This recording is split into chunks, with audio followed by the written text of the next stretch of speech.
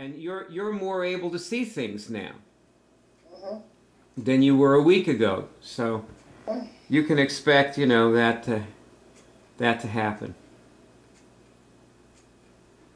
And I know you've already you had done a lot for yourself before we started doing this. Mm-hmm. Well, you're 78. Yeah, what do you think?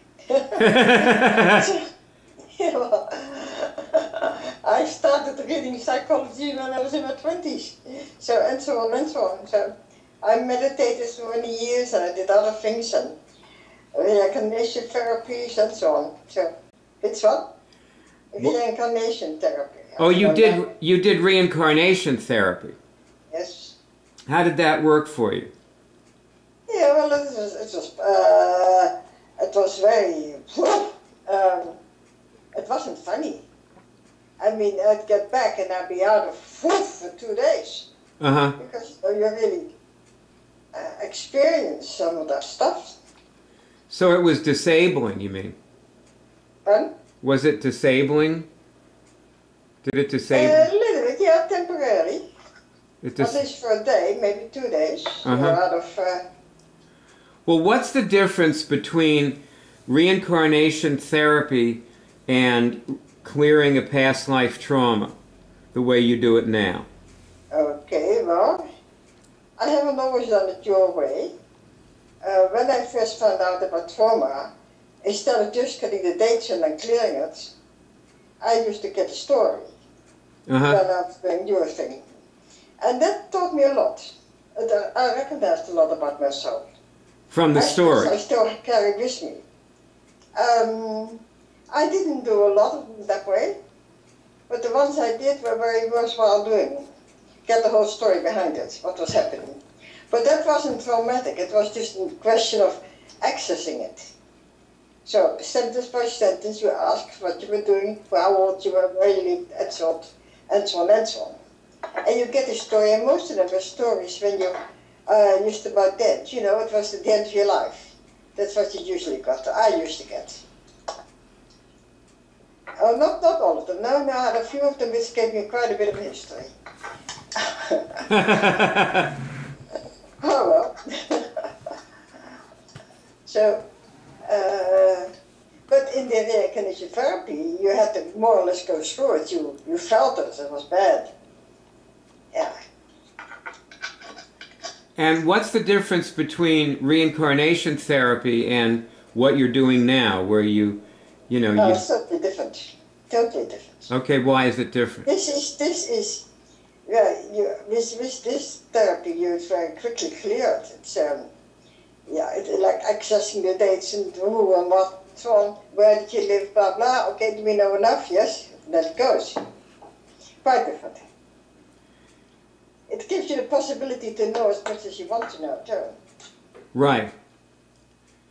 And what's the difference in the result? How would you compare the result of the two different approaches?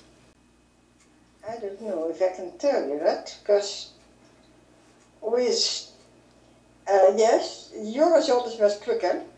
What happened? You can remove something one day and the next day it's not affecting you anymore. Mm-hmm. Yeah. Yeah, if it was something, okay, you had a problem with somebody, and you went back over that one and you removed it, for instance, and that was gone. And the next day you could talk to the person and it wouldn't be happening anymore. That's just one example, something like it. Right. I don't know how quickly it went. So, well, that's why we call it clearing. Yeah. Yes. Yeah, because it's not there anymore.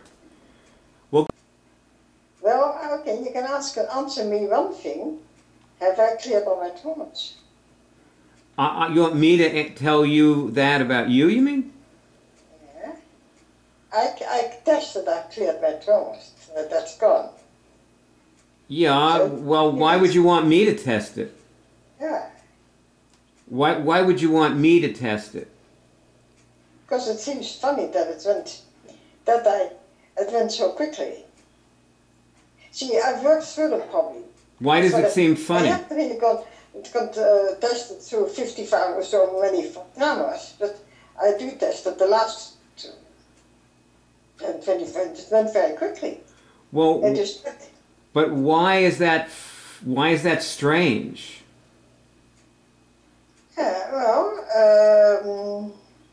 Because I haven't really done much those traumas. I've done a lot of other work, and it's a little bit strange because you meet him as you go along at traumas, and you remove them. And then I asked how much the load was, and it's still a lot there. So I just did, okay, how many can I remove now? And so many, gone. Next one, so many are gone. And it was just like, okay. Right. So it's a bit unbelievable. That's why I thought, well, maybe I'm just imagining this. Well, you know, when you stop to think about it, like, let's say, you know, like some of the people I know who cured cancer, you know, like, for example, Charles, you know, who cured cancer, and, you know, I recorded the calls so you can hear them on the Cancer Cure Show page. And in the very last call I recorded, which I was in the park, and I was walking along and I had the recorder, you know, it's my little recorder, which is sort of looks like this. You know, it's like this little tiny thing that looks about like a mouse, a computer mouse. And it was pinned to my jacket. And I had my phone, my cell phone was pinned to the other side of my jacket. And I was talking to Charles, and the recorder was recording him. And I asked him about the cancer, and he said, "Oh no, that's been gone for months. You know, he doesn't even think about it anymore. He never even thought about it again." Which probably, it could mean he's going to get another cancer, you know, by the way. But so that's not maybe such a good thing to do. But it seemed strange to me that somebody could cure cancer within a few weeks, and that he had a terminal cancer that was wrapped around his heart. Yeah. He was stage 4. You stop thinking about it. Yeah, and his doctor, you know, his doctor was amazed. To say the least, yeah. Like all the drugs failed. But see, all of this is strange. But when you stop to think about it, it wasn't ever supposed to be there in the first place. No. You weren't supposed to get traumatized by your father raping you. You were just supposed to realize there was something wrong with him. Mm-hmm. You know, or if your mother punished you for telling her that your father raped you, that was something wrong with your mother. Mm-hmm. You know, so you weren't supposed to be doing something to yourself over it. And the same with the cancer, like, people aren't supposed to have cancer. That's why it's called an illness. Mm-hmm. You know, it's a dysfunction, you know. You're supposed to function.